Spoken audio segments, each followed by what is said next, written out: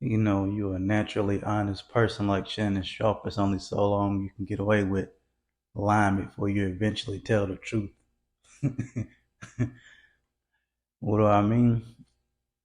Today on ESPN, they had the topic of LeBron James making that post game comment about how even if he would have never went to Miami, he would have still been the same player, quote unquote. His career would have been his career no matter what. And Shannon Sharp went off. He went off about why does LeBron James have to downplay Miami so bad? I mean, what does he have? I mean, I understand you don't like Pat Riley, but why would you do that? I mean, you Miami meant a lot for your career. He first of all, he finally told the truth. All that line he been paid to do by Clutch over the last couple years. Now he got that big check from ESPN. He can finally tell the truth, and this is the topic where he could not lie. First of all, he was absolutely right. Him and Stephen A. Bro, LeBron does not have the same legacy without that Miami trip. He doesn't become the clutch player that he is. He don't learn how to play team basketball the way he does right now. He don't really play team basketball like that anymore because he went back to the way he does when he played in Cleveland. But he wouldn't have learned how to win championships for one. He wouldn't have won the two championships for two. He wouldn't have had those 4 straight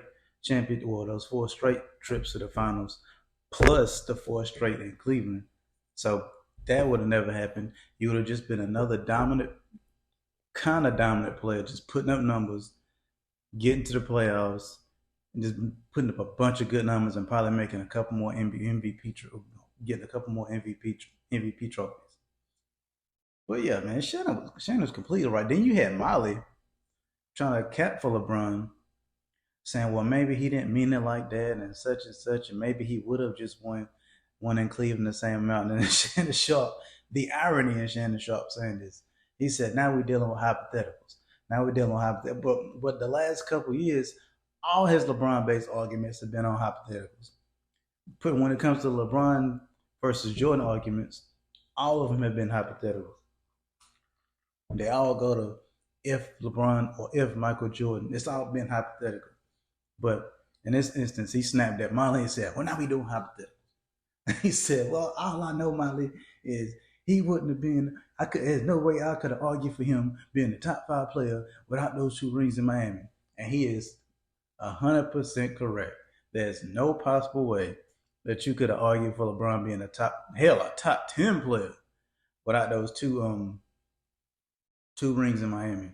Because who's to say he wins those 2 in Cleveland? Because that's a butterfly effect. If he never leaves Cleveland the first time, who's to say he gets Kyrie and the picks to trade for Kevin Love? There's no way of that happening. He wasn't getting anybody to come to Cleveland in the first place.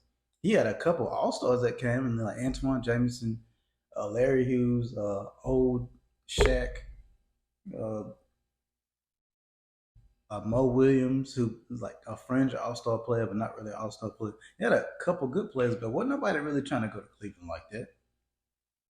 But yeah, those two rings that he won in Miami, there's no telling if he would have got those got another ring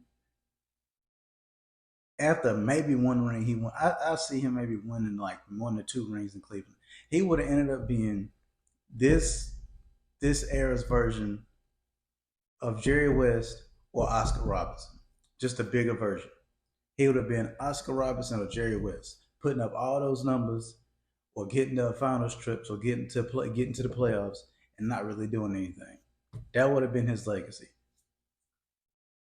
But yeah, I totally agree with it. I totally agree with Shannon Sharp because it was the truth. Like how could you even say something like that? My career would have been my career, even if I wouldn't have went to Miami. Like how could you just disrespect Wade and Bosh like that, bro? Like they did a lot for your career. You going to Miami, especially Wade. Wade had already won. But that goes to show you that Rich Paul is the proxy for LeBron James. it confirms what everybody thought was that clutch sport is pretty much run by LeBron James. Because Rich Paul pretty much said the same. He didn't say it verbatim, but he kind of spoke around it when he did that Gill podcast.